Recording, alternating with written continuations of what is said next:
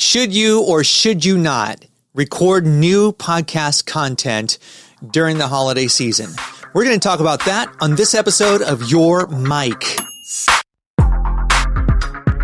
My name is Freddy Cruz, founder of Speke Podcasting. And if you want to chat pods, hit me up, Freddy with a Y at spekepodcasting.com. Now back to the question that many a creator asks themselves this time of year. Should I go dark during the holiday season? When we all know, statistically speaking, podcast listenership, like in the summer, goes down because of schedule changes. Everybody's hanging out with their family and their friends, out at parties, out at holiday events, shopping, if you will. And of course, on the big holidays, Christmas Eve, New Year's Eve, New Year's Day, everyone's tapped out.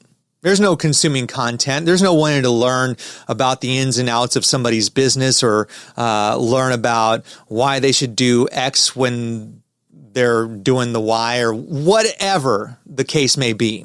And so I would like to posit a somewhat contrarian take on this, that while listenership is in fact down, this would be the perfect opportunity for you, the podcaster, no matter if you are new or if you're past episode 25 or if you're a grizzled veteran who's been doing this for more than 100 episodes, there is no reason why you should not take this opportunity to experiment. Let's say, for instance, you have got a solo show and maybe, just maybe, you have been wanting to toy around with an interview format. Now is the chance. When there is statistically fewer listeners consuming your content, why not experiment with something that's not going to turn off the majority of your listenership if they're not used to that sort of a format? And then the people that are tuning in are like, wow, Freddy's doing something quite different. I like it. Then you can, when you are promoting your episode on social media or with your newsletter, and I like to think that you are. I may or may not be talking to myself when I clear my throat, but when you are promoting your episode, asking for that feedback. Hey, this week we are going to be experimenting with this kind of a new format that you're not used to listening to or watching. What do you think? Would you like to see or hear more of that in 2026? This is the perfect breeding ground. And maybe if you do an interview format, and with everybody's schedules being out of whack, and Lord knows, as the owner of a company that produces podcasts for 13 different clients, scheduling guests is a lot like herding cats. No offense to cats that need to be herded. It is super hard to get everybody in line and scheduled and, oh, I'm going to sign on. Oh, well, you know what? I had something come up. Oh, well, I thought I had it on my calendar, but it's not. And if it's not on the calendar, it doesn't exist. So maybe if you host an interview format podcast, go solo. It's a lot easier to coordinate anyway.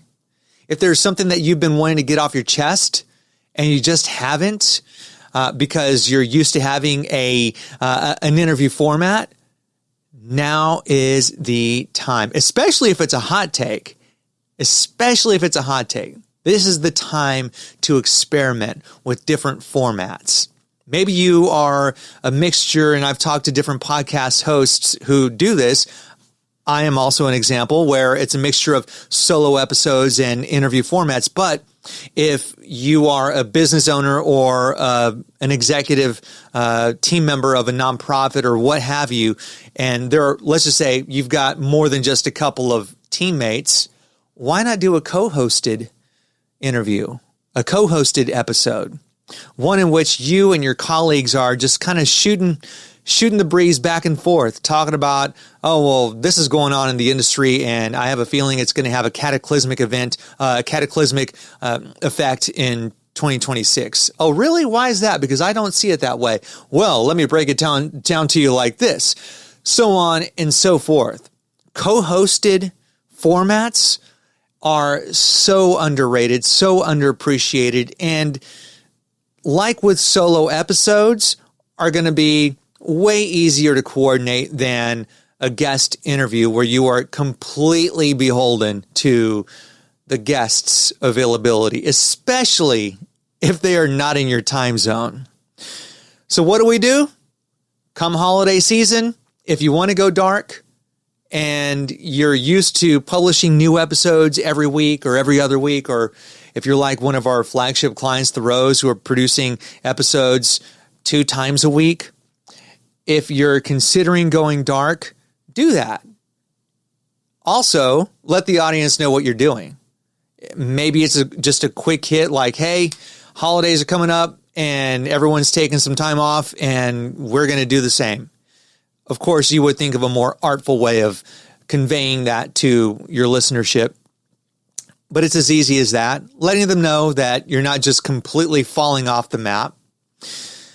But if you want to get a little sexy, you're feeling cute, do some experimenting. Whether it's a solo if you're an interview format, whether it's co-hosted if you are a solo format, or if you want to try your hand at an interview, do that as well. The holiday season, again, like the summertime season, listener habits change. And if you've been wanting to experiment with how you're executing your show, or maybe talking over a different topic, now's the time. Now is the time to go all in on experimenting with your show. That way you set yourself up for victory in 2026. And if you have any questions about this quick hit solo rant on experimenting during the holiday season, please do not hesitate to reach out to me, Freddy with a Y at SpekePodcasting.com. We got tons of free resources as well for you on our website, SpekePodcasting.com/free resources. Thanks for listening.